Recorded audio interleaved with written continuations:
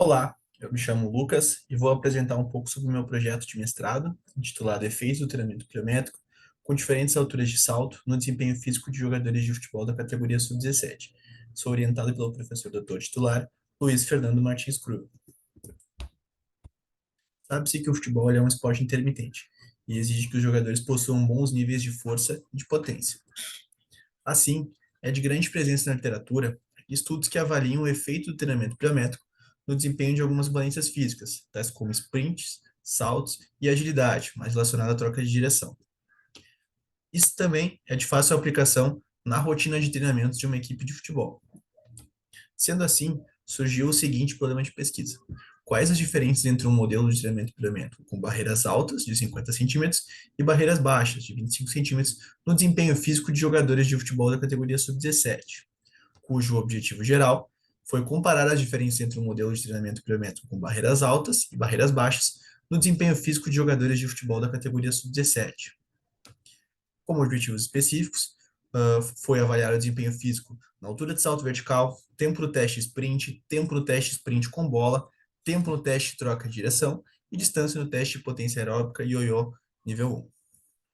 Como variáveis analisadas, então, o tipo de treinamento, teve duração total de 9 semanas, sendo que 6 semanas foram a realização da duração do treinamento pliométrico. Os saltos eram realizados saltos bilaterais, sequenciais e com as mãos livres, com os atletas organizados em duas fileiras. Aqui está representado a organização do treinamento pliométrico, com um volume total variando de 36 até 72 saltos, e com um volume de tempo de 12 até 16 minutos de treinamento. Aqui está representada a representação do treinamento com as barreiras baixas e as barreiras altas.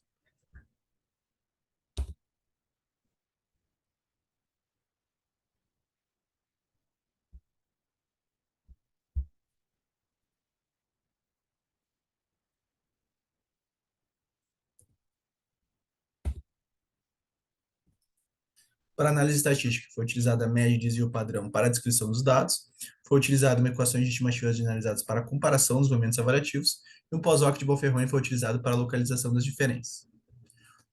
Como os principais resultados encontrados para as variáveis de caracterização da amostra não foram encontradas diferenças entre os grupos para a massa corporal, estatura e idade dos jogadores, no período controle de 3 semanas anterior ao treinamento, não foram verificadas diferenças entre os saltos realizados. Para as variáveis dos testes de campo, foi verificada uma diminuição de desempenho para os testes de sprint. No caso do período de intervenção, já para os dados de salto, foi verificado um aumento para o salto squat jump e o salto drop jump de 30 centímetros já na primeira semana, enquanto para o salto contra movimento, essa melhora foi verificada apenas em 6 semanas de intervenção. Com relação aos testes de sprint, os testes de sprint sem bola, ele apresentou uma manutenção do pré para o pós 6 semanas. O sprint com bola, ele apresentou uma manutenção para o grupo barreira baixa e uma diminuição, um aumento, perdão, de desempenho para o grupo barreira alta.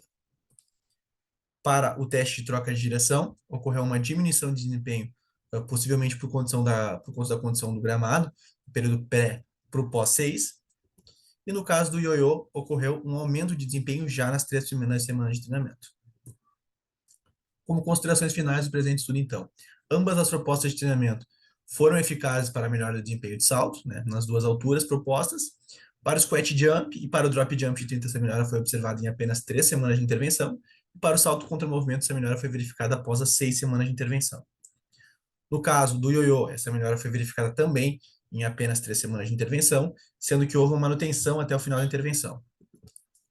No caso do sprint de 20 metros, ocorreu para ambos os grupos uma manutenção ao final das 6 semanas de intervenção.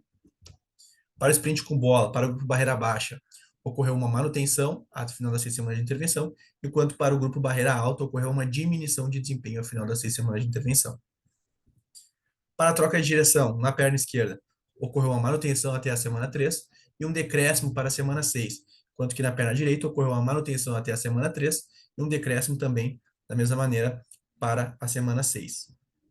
Sendo assim, com aplicação prática, podemos verificar que ambas as propostas de treinamento, com barreiras mais altas, 50 centímetros, tanto com barreiras mais baixas, de 25 centímetros, apresentaram resultados semelhantes, indicando que possivelmente treinar então com barreiras menores, né, visto que são jovens em categorias de bases, alguns ainda nesse processo de maturação, sendo completados, com um gesto mecânico não tanto aprimorado, treinar em barreiras com alturas menores, além de trazer os mesmos ganhos, traz também uma maior segurança mecânica. Obrigado a todos pela atenção